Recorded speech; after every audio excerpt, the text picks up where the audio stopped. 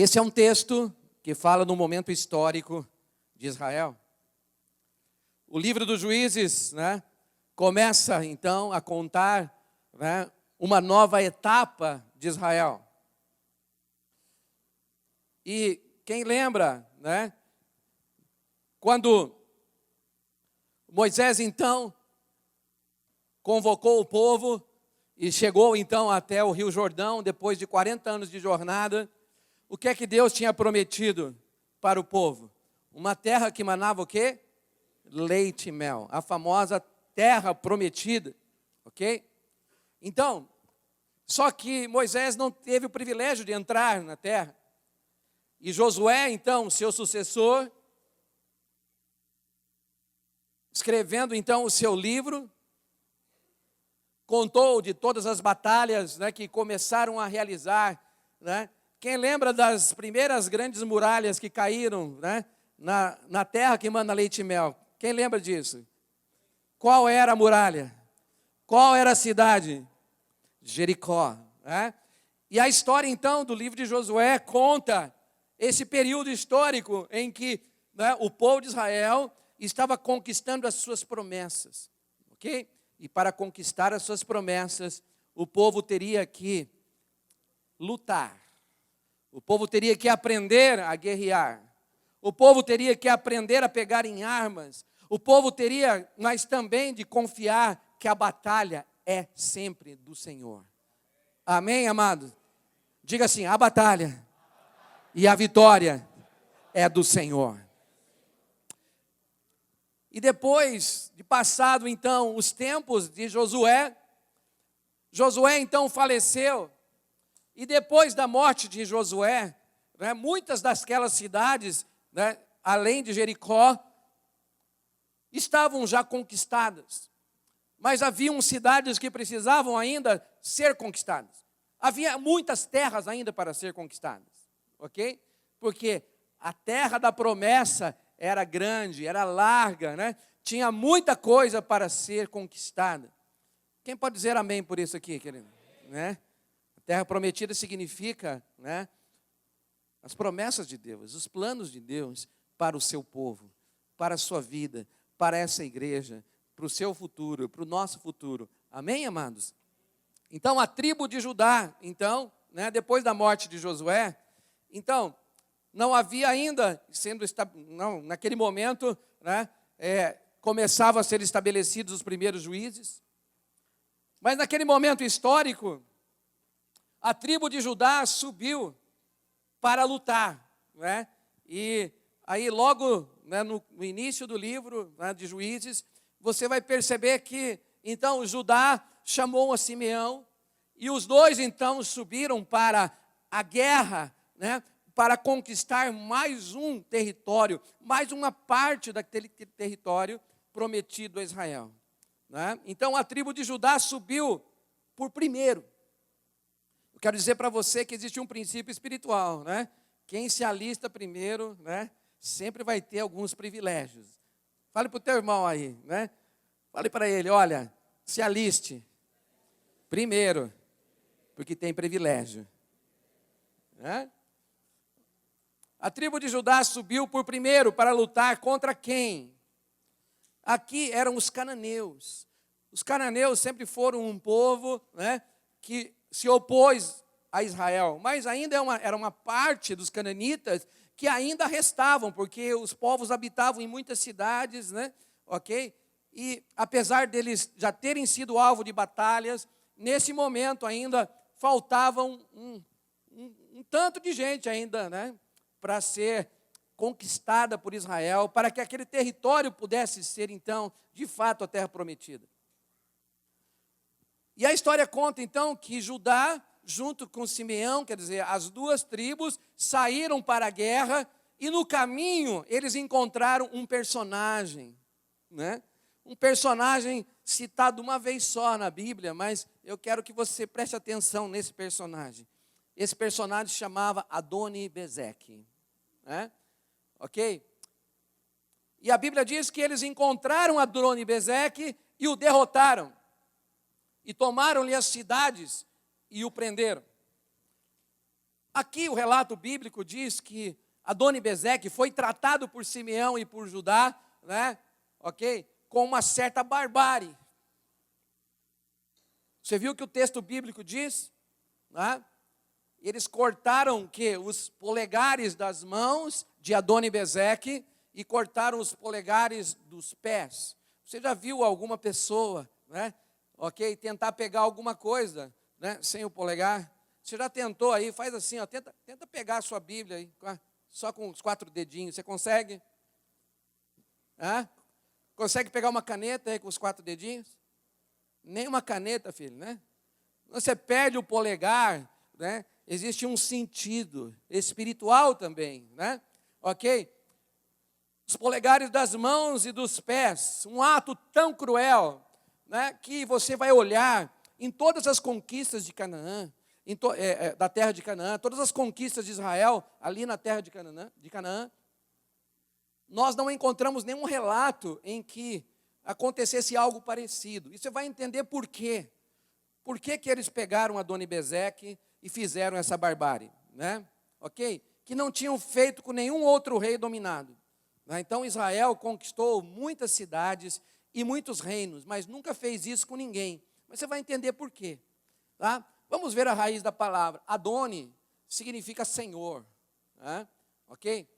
A palavra Adoni significa Senhor e Bezeque quer dizer dispersão ou espalhamento. Né? Então, a junção da palavra, o significado de Adoni, né? Aquele que dominava, né? Promovia terror e promovia, né, muitas dificuldades. Adoni-Bezeque era conhecido em todo o mundo naquela época. Não tinha um sujeito que não conhecia a fama desse Adoni-Bezeque. Você está comigo até agora? Cada cidade conquistada por Adoni-Bezeque, né, por ele, era saqueada. Ele era um rei que, quando ele entrava na cidade, ele fazia coisas barbárias, fazia as verdadeiras, né, atrocidades. Cada cidade que ele invadia, né? E quando ele entrava numa cidade, querido, sabe o que esse Adoni-Bezeque fazia? Né? Para ele deixar claro que ele era, né, o cara da guerra, o senhor da guerra, né? Ele publicamente colocava os reis da cidade, porque naquela época existiam muitos reis, você vai ver aqui, tá? Certo? Na sequência, ok? Cada cidade, né, e sua região tinha um rei, tinha alguém que exercia autoridade sobre aquele lugar. Então, quando Adoni-Bezeque chegava e conquistava uma cidade, ele pegava então o rei daquela cidade, colocava todas as famílias, colocava todo mundo que não havia sido morto, porque o desejo dele era saquear e promover vergonha, e promover, né, subjugamento, de promover opressão. Então ele colocava o rei no centro da cidade, na praça pública, né, e trazia todo mundo em volta.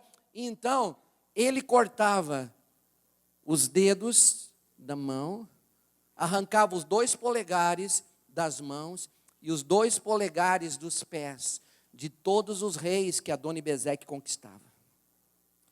A Bíblia diz que ele fez isso com 70 reis.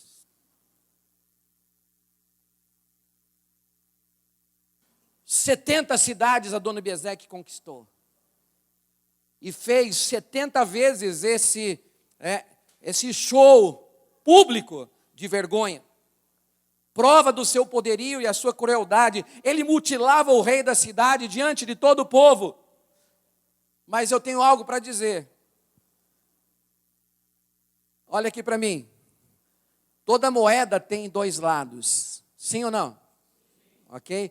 Um dia Adoni-Bezeque conheceu o outro lado da moeda.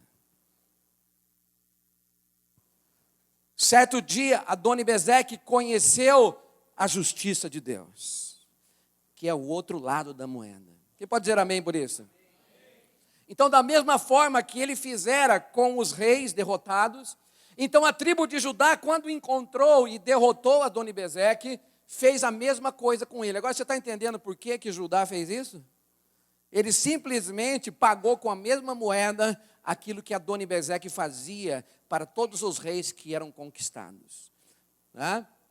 A intenção dessa mutilação, né, Veja só, querido, eu dei só um exemplo, mas a intenção, quando você mutila o polegar de um guerreiro, de um líder, né, é tirá-lo do comando militar, é tirar ele da batalha, para sempre. Quem consegue segurar uma espada sem o polegar? Nem o microfone consegue segurar sem o polegar. Quanto mais uma espada. Tá? E outra coisa que é muito importante você entender, né? E claro, Judá sabia disso, né? E sabia que Adoni-Bezeque era um guerreiro, então a primeira coisa que ele fez foi cortar, então, os polegares de Adoni-Bezeque para que ele não causasse mais problema, né? Para que ele não viesse, né, a regimentar gente e se engajar numa nova batalha, né, contra os filhos de Israel. Que Adoni-Bezeque nunca mais pudesse empunhar uma espada, né?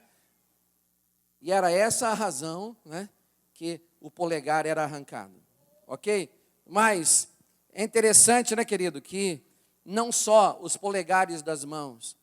Você já tentou caminhar, ou você já observou alguém, ou mesmo você, né? Quem já teve aquela experiência de madrugada sentir sede, e aí você vai pegar o copo,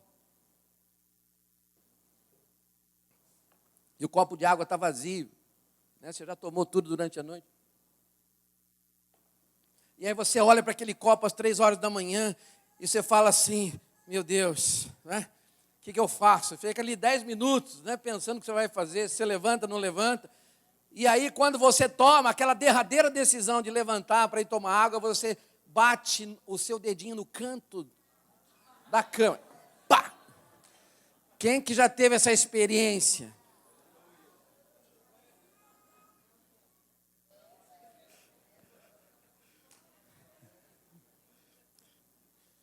E aí, na segunda-feira, né? Na segunda-feira você chega no trabalho.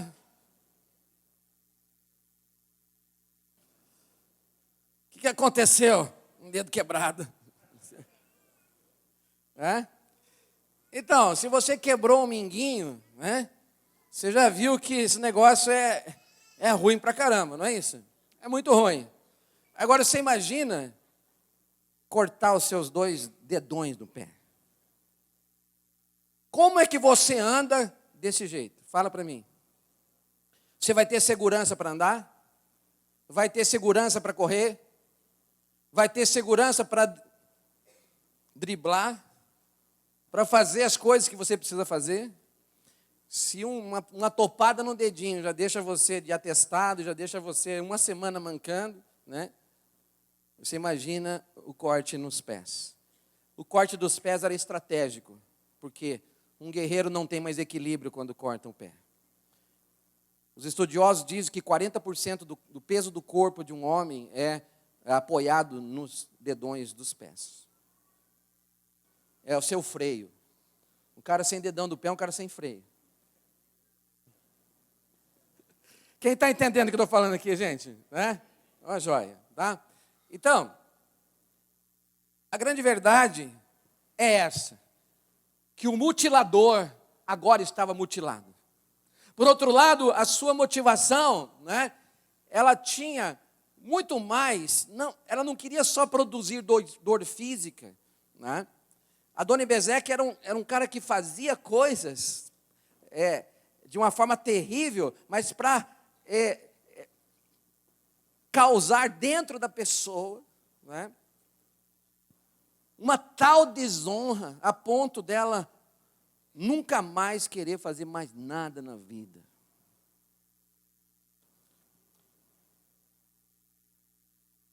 Quando alguém mutilado em praça pública experimentava isso, não era só a dor, era a desonra. E aí, depois que prenderam Adoni-Bezeque, vem esse relato aqui, né, esse testemunho, que ele mesmo falou, olha, o que eu fiz, agora Deus fez comigo. Eram palavras do Adoni-Bezeque. E aí ele falou né, deixou registrado aqui, né, o que ele fez com 70 reis. 70 reis que ele havia cortado os polegares das mãos e dos pés. E o pior de tudo é que é o seguinte, quando alguém é cortado dos polegares e dos dedos dos pés, né, esses 70 reis nunca foram mortos. A cada rei que era conquistado, a cada cidade que era conquistada, esses reis ficavam ali como escárnio. Sabe o que é um escárnio, querido? É aquela cerimônia pública para demonstrar todos os dias, olha o que acontece com quem desobedece. Olha o que acontece com quem se rebela. Olha o que acontece com quem quer botar a banca aqui. Todos os reis eram colocados na mesa, no chão, e só comiam das migalhas que caíam da mesa. Eles não tinham direito mais de comer na mesa. Aqui existem muitos princípios espirituais, querido, né? Mas quem foi Adoni-Bezeque? A Bíblia diz que ele foi um dos mais tiranos reis, né, do Antigo Testamento. E ele era um estrategista, ele era um dominador, ele era astucioso, ele possuía uma ambição insaciável. E ele conhecia muito bem a arte militar. Então, amados, preste atenção. 70 nações foram conquistadas por esse rei. Quantos sonhos não foram estragados? Quantas famílias não foram dizimadas? Quantos projetos não foram destruídos?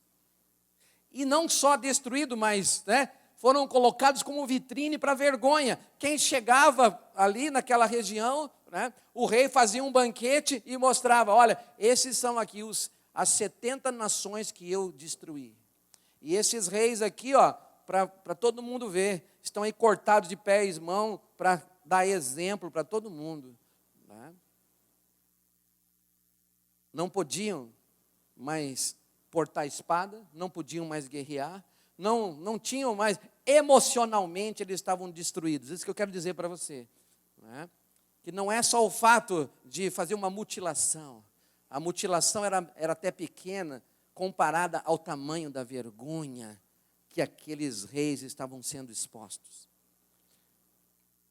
Mas chegou o momento, então, que o povo de Israel decide lutar contra os cananitas e encontra Adoni-Bezeque no caminho. Agora eu fico imaginando, como é que aconteceu isso? Provérbios 26, verso 27, diz assim, quem abre uma cova, nela cairá. E na vida de Adoni-Bezeque se cumpriu exatamente esse princípio, esse provérbio, ok? Tudo que ele plantara, ironicamente, aos 70 homens nobres, agora ele colhia no próprio corpo. A humilhação que ele proporcionou aos 70 homens, agora era a sua própria realidade. Amados, eu creio que essa palavra serve para os dias de hoje, para a igreja. Sabe por quê? Vamos traçar um paralelo. Hoje existem muitas pessoas que estão na igreja, estão no reino de Deus, comendo de migalhas da mesa, sempre insatisfeitos, não saciados, envergonhados, e o que é pior, muitos deles estão mutilados na sua fé e na sua vida com Deus, que estão conformados em ficar naquela posição de subjugados. Alô, olha aqui para mim, Adoni-Bezeque espiritualmente representa Satanás.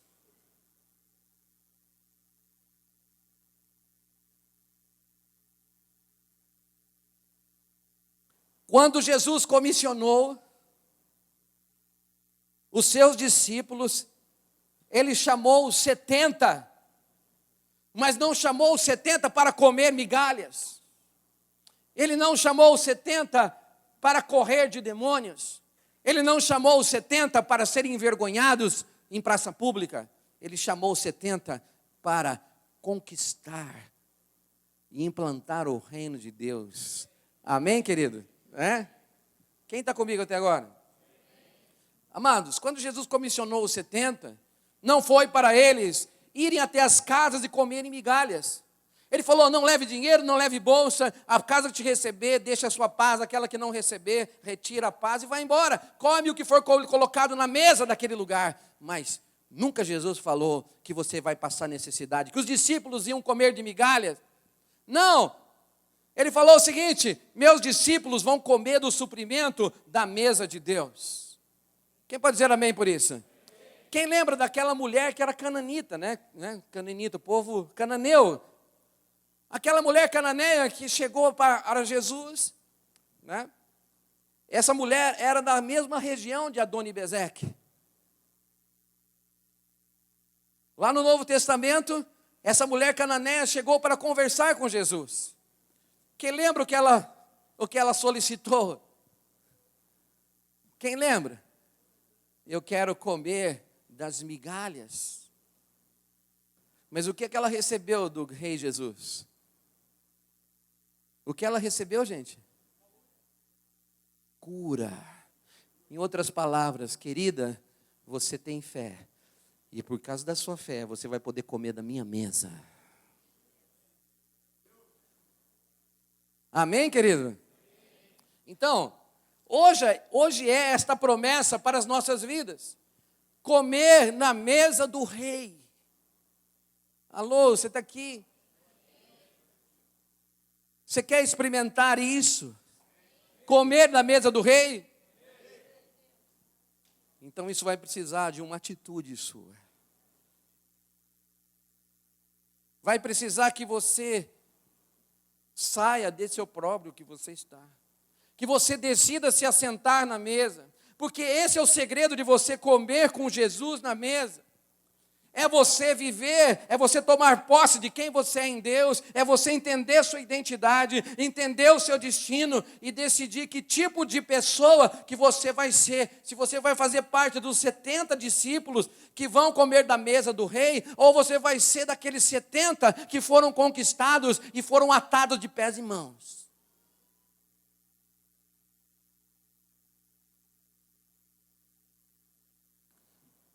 E eu quero viver como igreja. Eu quero viver em comunhão. Eu quero viver na nova aliança. Eu quero poder sentar na mesa com meu Pai.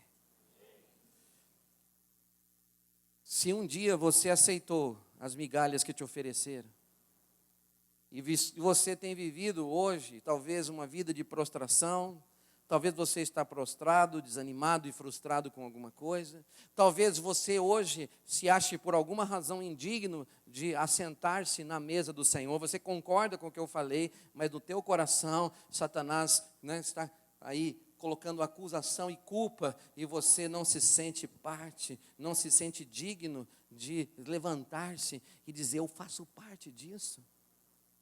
Querido, se isso é teu caso, hoje Deus trouxe você aqui para mostrar quem Adoni-Bezeque é, o que ele faz e como a igreja do Senhor precisa se posicionar para vencê-lo. Amém? Então, amados, eu quero desafiar você a vir para a mesa do Senhor.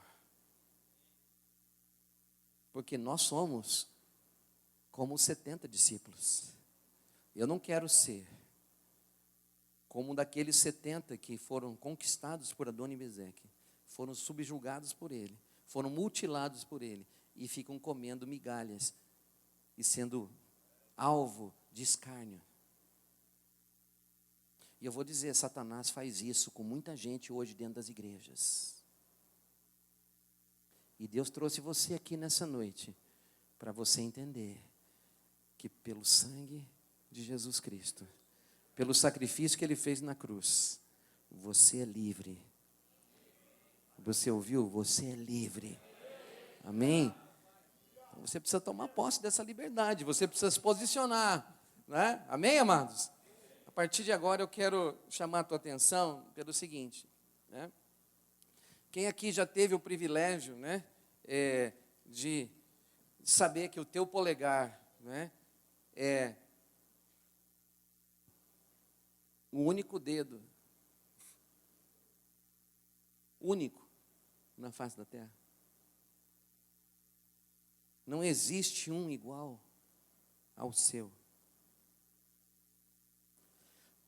Polegar, digital, dedos falam de identidade.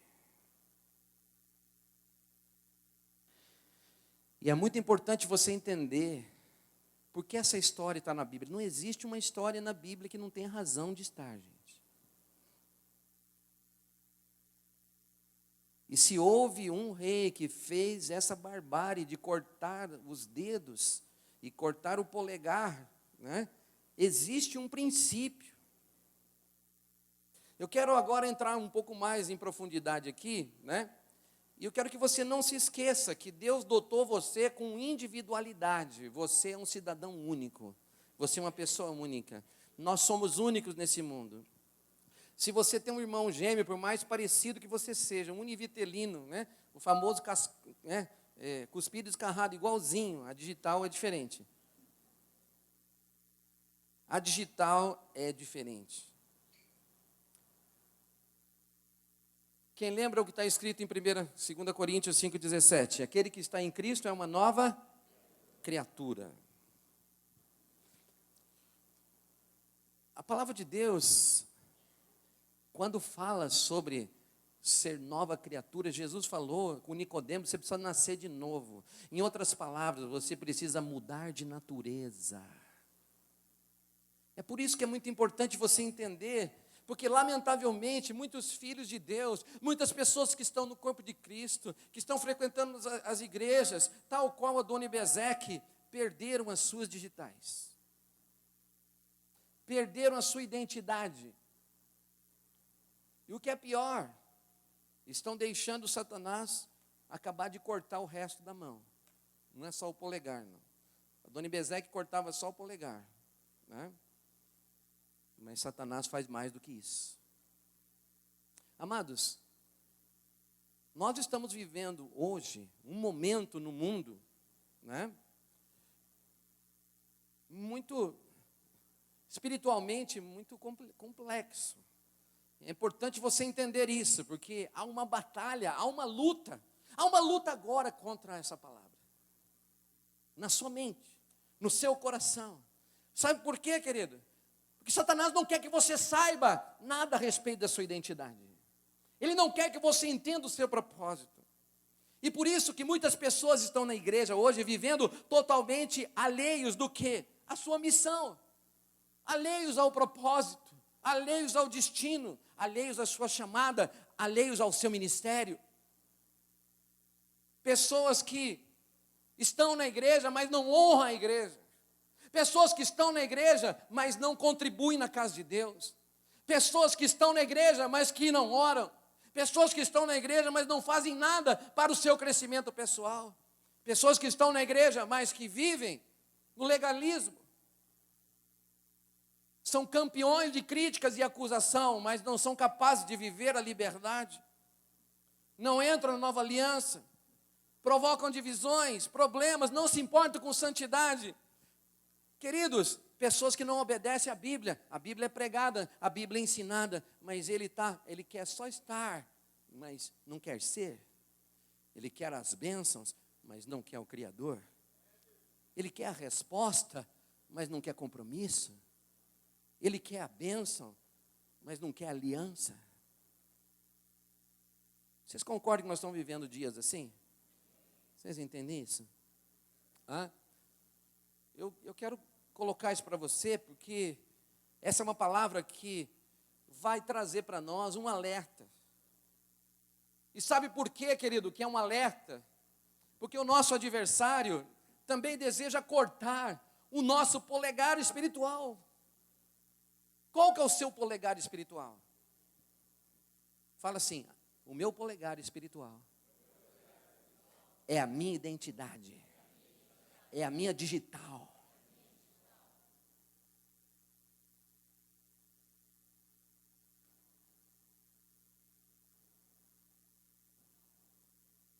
Nós temos falado aqui sobre Adoni-Bezeque, um rei cruel, impiedoso e opressor. E eu já falei que a forma predileta dele, né, de humilhar consistia em mutilar então os dedos, polegares das mãos. Ok? Mas o meu foco nessa noite não é esse sujeito, né? Esse sujeito aqui é só uma marionete. Eu quero falar de alguém que acaba sendo muito mais tirano e cruel do que Adoni-Bezeque. Eu quero falar sobre aquele que promove de forma impiedosa nas pessoas que estão fora da igreja e também nas que estão dentro das igrejas, uma destruição de identidade. E eu estou falando de quem, gente? Eu estou falando de quem? Do diabo. Agora é importante, né, você entender, pastor, uma pregação sobre isso. Não, eu quero mostrar para você, eu quero te alertar. Porque muitas das pessoas que estão na igreja estão perdendo a sua identidade, estão perdendo a sua identificação com o mundo espiritual e não estão nem percebendo. Não estão nem percebendo. É nele que nós temos que colocar o nosso olho, né? Porque de geração em geração, ele é o único que tem promovido, né, desgraças, né, desde lá do Gênesis, né? Ataques de formas terríveis, ok? Tudo bem, pessoal, até aí? Você está comigo até agora? Ok. Então, olha para o seu dedão assim. Dá uma curtida no seu dedão. Para onde ele está apontando?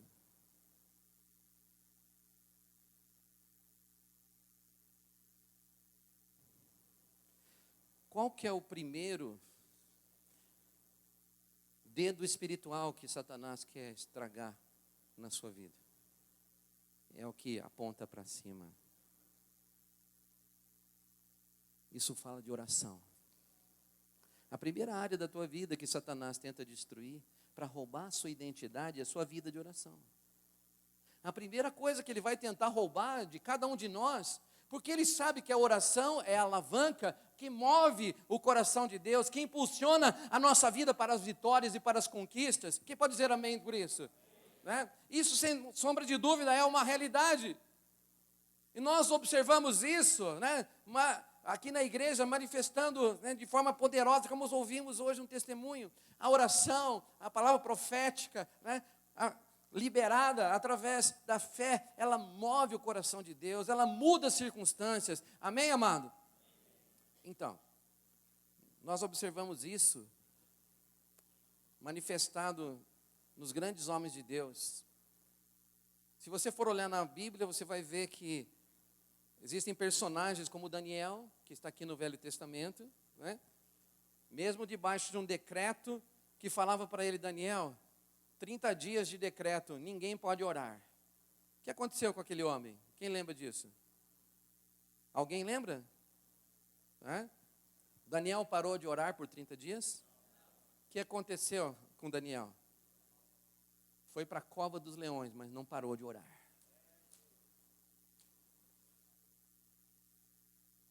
Muitos, depois de dar uma topada de um dedinho de madrugada, ou de viver, né, uma unha encravada, ou de viver, né, um probleminha qualquer, já abandona a casa de Deus, abandona os caminhos de Deus.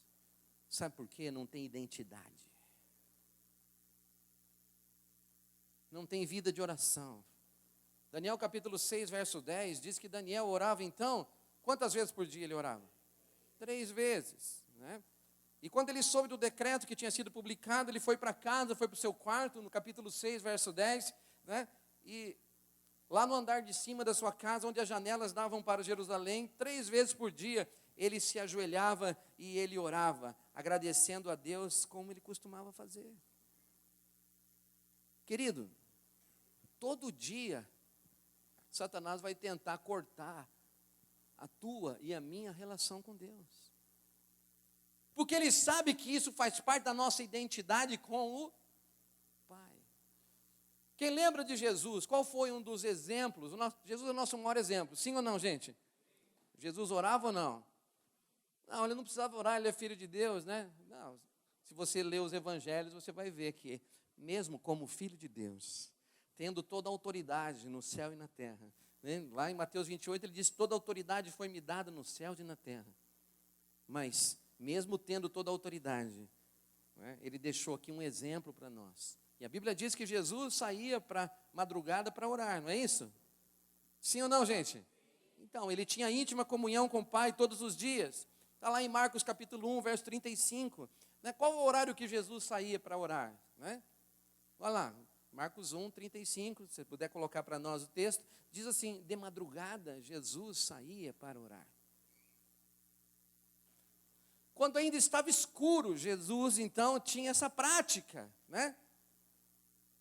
Jesus levantou-se, saiu de casa e foi para onde? Para um lugar deserto, onde ficou orando. Qual que é o desejo de Deus para as nossas vidas, amados? Você acha que Deus deseja que a gente ore? Sim? Você quer um texto bíblico para te ajudar? Tessalonicenses, capítulo 5, né? No verso 17, diz assim, ore sem cessar. Em outras palavras, em todo o tempo que você está, ore sempre, em todo lugar, a todo momento, a todo instante. Né? Por quê, querido?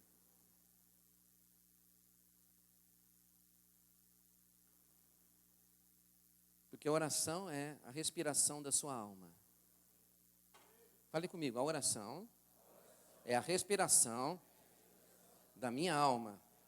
É a minha ligação direta com Deus. Vamos imaginar que a oração é respiração, tá? Você aqui já parou de respirar por algum momento? Né? Bom, você está aqui, você não parou, mas... Né? Vamos pensar o seguinte, né? O seu cérebro aguenta 6 minutos sem oxigênio. Mas se você parar de respirar, teu coração vai parar. E sua mente vai destruir. Será que tem alguma relação entre essas coisas? Se a oração é a sua respiração, e você para de orar, o que acontece com o teu coração? O que acontece com a tua mente? O que acontece? Vamos trazer agora, né, eu aprendi, né, com uma pessoa da área médica. 6 minutos, o seu cérebro começa então a entrar em falência. Tá? Depois do 12º, 13º, 14º minuto, mesmo que haja ressuscitação cardíaca, você vai ter, né, consequências neurológicas permanentes. Em outras palavras, vai ficar um vegetal. Não serve para nada mais.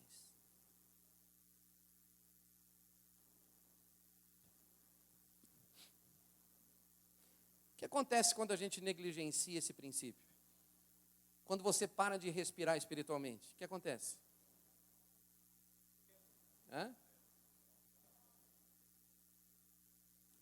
Muita gente vem para a igreja, fala, né, a gente canta, né, a gente profetiza, a gente fala as coisas aqui, a pessoa, né, a gente fala que eu tenho a mente de Cristo, né, mas, cara, você não respira, não tem oxigênio.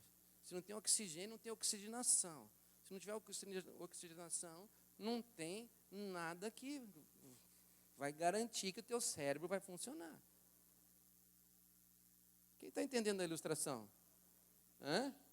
Você quer ter a mente de Cristo? Ore. Não tem outro jeito. Porque quando nós negligenciamos uma vida de oração, né, a nossa vida espiritual decai. Eu quero que você pense comigo, né? Se a primeira digital você perder, o que vai acontecer? Você pode falar, mas sobrou outra, pastor, né? Eu já estou acostumado com isso. Quando eu ponho lá, você já fez isso? Já colocou o seu dedão no monitor lá no banco e tal, e não deu certo, você colocou o outro dedo, não foi?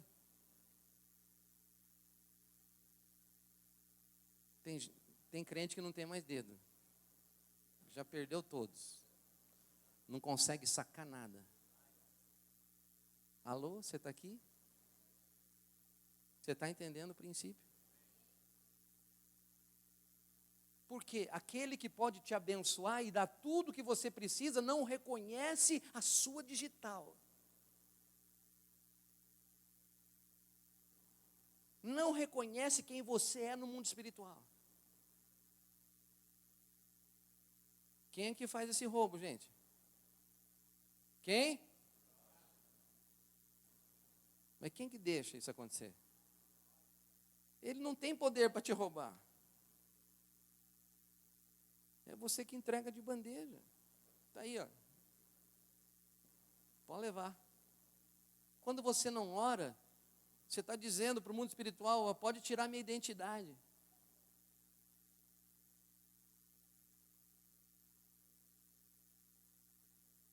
Eu posso continuar sendo crente só indo na igreja no domingo. Tem gente que está dizendo o seguinte, eu posso ser crente, não vou nem na igreja.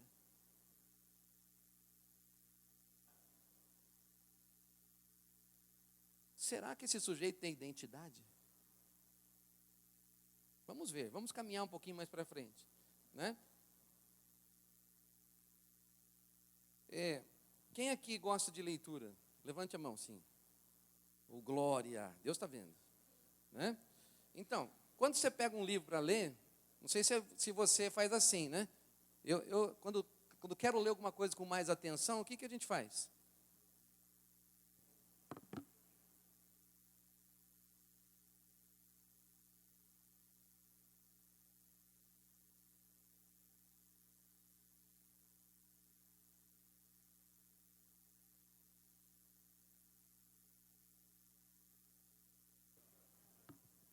Para que serve esse dedo aqui? Indicar, né? Mas eu quero colocar esse dedo aqui, né, como leitura da palavra. Você lê a Bíblia? Foi fraco, hein, gente? O negócio foi fraco, hein? Pergunta para a pessoa do seu lado aí, você lê a Bíblia?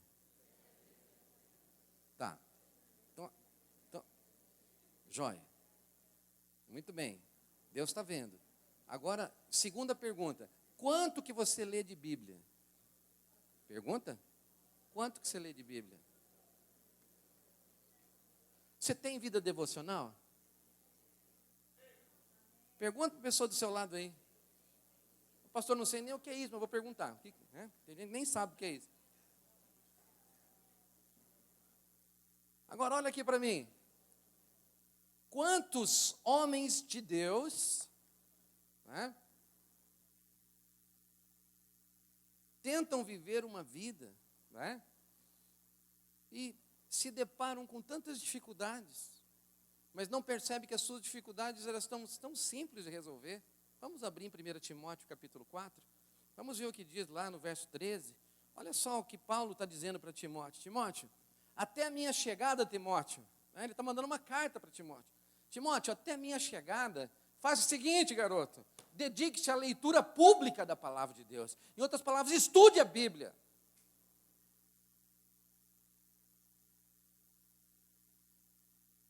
Dedique-se à leitura pública da Escritura, à exortação e ao ensino. Queridos, quando a gente lê a Bíblia, né, a gente está apontando para o nosso coração, né? Nós iremos evitar o quê? O pecado, com certeza. Salmo 119, verso 11, diz, eu guardei no meu coração a tua palavra para não pecar contra ti. A palavra de Deus tem um poder divino de penetrar, querido, os corações. Então, Satanás sabe disso, ele vai tentar roubar. A terceira coisa que eu vejo, né, lembra que nós falamos? Adonibezeque cortava só o polegar, mas Satanás vai querer cortar os outros dedos, né? Sobrou o quê?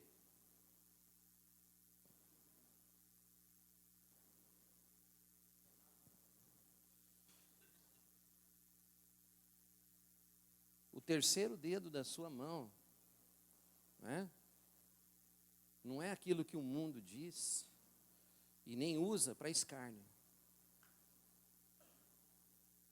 mas é a parte da sua mão que é mais alta,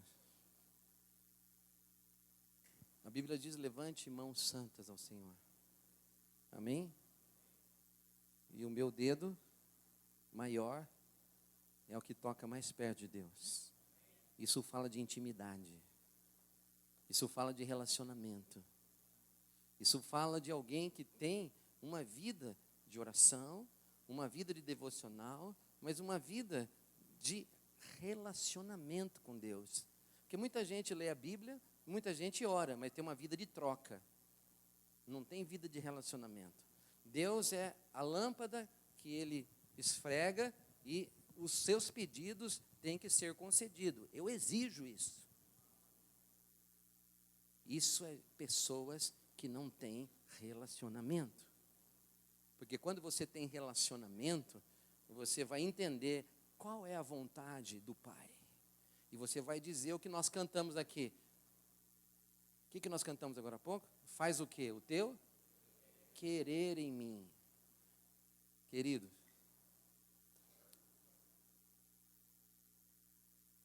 Satanás, ele tenta não arrancar você da igreja, mas ele tenta mutilar você dentro da igreja. De que forma? Roubando a sua vida de oração, roubando a sua vida devocional e roubando a sua intimidade com Deus.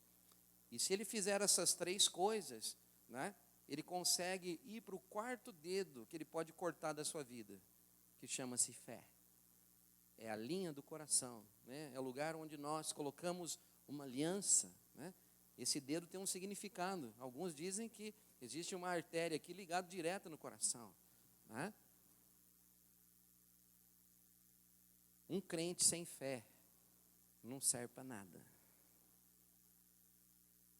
Porque a Bíblia diz que, né, sem fé é impossível você agradar a Deus. Sem fé é impossível você viver, né, a nova aliança. Sem fé é impossível você reivindicar as promessas. Sem fé é impossível você, de fato, viver essa realidade de novidade de vida. E eu quero dizer, querido, que muitas vezes não estamos percebendo que, né, aos poucos, a nossa capacidade de identificação no mundo espiritual está sendo mutilada. Se você não ora, se você não tem palavra de Deus, se você não tem relacionamento, você não vai ter fé. Sabe por quê? Porque a fé só vem pelo ouvir e ouvir da palavra de Deus. Você não ora, não busca a palavra, não tem relacionamento com Ele, né? Deus já não fala, ou você não ouve mais. É natural que você não tenha fé para se posicionar no mundo espiritual. E por último, o que acontece? Uma pessoa sem fé não tem testemunho. Uma pessoa que não tem um testemunho não consegue nem identificação. Por quê? As pessoas que convivem com ela não sabem que ela é crente, não vê um milagre acontecer, né? Não, as coisas do mundo espiritual, né, parece que não existem na vida daquela pessoa. Por quê? Porque aos poucos ela foi sendo mutilada na sua vida, ou na sua identidade. Quem está entendendo esses princípios que eu estou repartindo até agora? Você está comigo até agora? Então tá, agora eu quero que você fique em pé.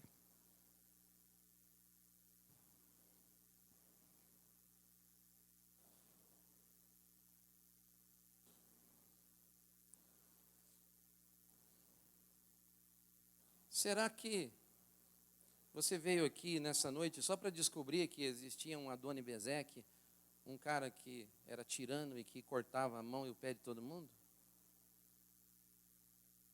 Será que é para isso que você veio nessa noite aqui? Não. Eu creio que você nessa noite precisa ter o mesmo encontro, né, que Judá teve com Adoni-Bezeque. O que no Novo Testamento nós encontramos?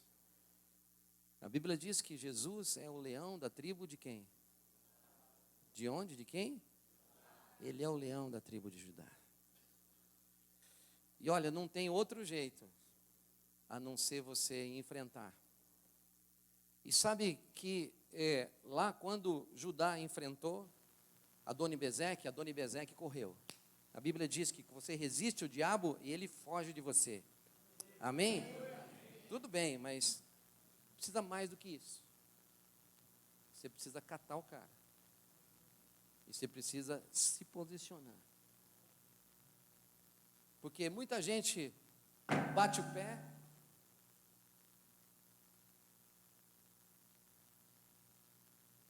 acha que está tudo resolvido, mas dali 1 dia, 2 dias, o negócio está igual ou pior do que estava antes. Sabe por quê? Porque não se posicionou. Eu quero chamar você nessa noite para entender uma coisa. Não é você que faz.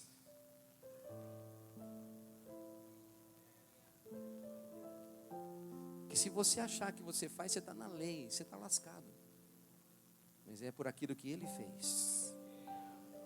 É por isso que ele é o leão da tribo de Judá.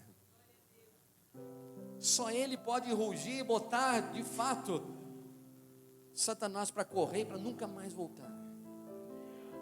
Mas é importante você entender, nessa noite que você veio neste culto para saber quem é Adoni-Bezeque, que significa Satanás e seus demônios, mas também para você usar a autoridade que você tem. De que forma? Judá pegou Adoni-Bezeque e trouxe como exemplo e fez com ele aquilo que ele fazia com os outros reis. Não só botou Adoni-Bezeque para correr. Ah, pastor, mas nós vamos fazer isso? Não.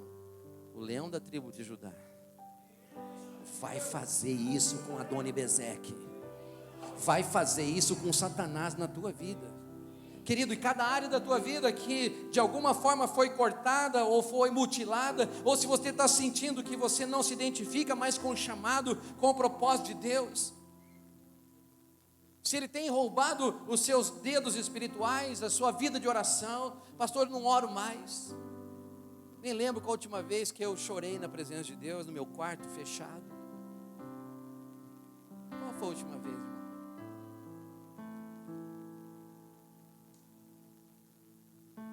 Pastor, eu não lembro.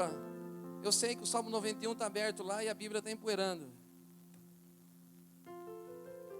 Essa é a sua devocional? Se é isso, tem algo que foi roubado de você. Se você não tem mais aqueles momentos de comunhão e de alegria com o Pai, de dizer, Pai, mostra para mim o que eu tenho que fazer. Eu não quero tomar nenhuma decisão sem a tua aprovação. Aqueles momentos de comunhão que você vai para os braços dele e fala, eu não posso ficar um dia sem a tua presença. Tem alguma coisa que foi roubada de você.